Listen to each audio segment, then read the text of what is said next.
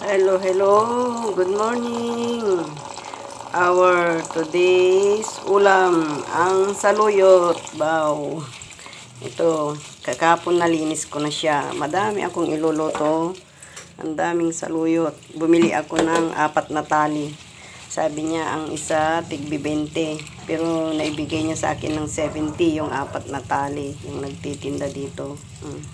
Tapos, ayun ko iluluto. Tapos, ang kasama niya ay isda. Magpiprito ako. Yan, nililinis ko na. Kailangan linisin ng mabuti dahil may mga buhangin. Baka 10 beses kong hinuhugasan para malinis. Yan. Yan o, nilagay ko na sa kasirola yung saluyot. Ito ang ingredients niya, sibuyas. White onion, wala akong red onion. Bawang, sarap, paminta, na buo, tsaka suka, tsaka bagoong. Yan, ang ilalagay ko dito. Tapos, hanggang matuyo siya. Lagyan ko din siya ng 2 sandok na tubig na pangluto niya. Kasi kahit kunti lang ilagay mo na tubig, magkakatubig din yan sa saluyot. Hanggang iluto mo siya ng matuyo. Yan. Yan ang saluyot na paksiw. Saluyot na paksiw o saluyot na adobo. Kasi ang saluyot na adobo wala naman siyang toyo. Kaya saluyot na paksiw. Yan. Pag naluto na, papakita ko sa inyo. Yan. Sarap ng saluyot. Ayan, naluto na yung saluyot ko. Ito na ang saluyot. Partner niya, pritong salmon. Sarap.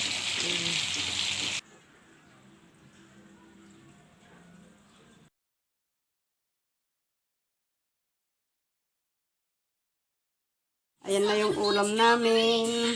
Kain na tayo. Pritong salmon, tsaka yung saluyot.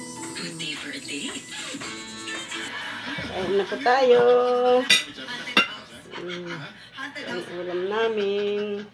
Saluyot. Tsaka pritong isda. Ang babaw ng kaligayahan natin doon, ang bilis natin magulat. Ngayon, gulatin yung mga bata, hindi na magugulat doon. Di ba? Ito nakakagulat ha. Malapit ang 3-day finale natin. June 12 to 14 po yan. At so far, 7 finalists na ang maglalaban dyan. Pero ang tanong, matatagyan ba sila? Sigurado yan, pero dapat galingan. Kasi ang kampi natin si RD may 3 wins na. Oo. Lalaban siya ngayong umaga for his fourth. Makuha kaya niya. Sarap. Dapat niya ibuhos na itodo na niya. Dapat. Oo, ito na po. Magsisimula na ulit ang ginawang tagisan sa Sarap ng saluyot. Tanghalan! Favorite ko po ang saluyot. Kahit lagi akong nag-uulam ng saluyot. Kahit saluyot lang siguro ulamin ko, pwede sa akin. Ngayon panahon po ng saluyot. Maganda po yung bagong tubo, yung hindi pa malalaki. Ito, yung bagong tubo lang na ganyan lang. Kaya masarap siya.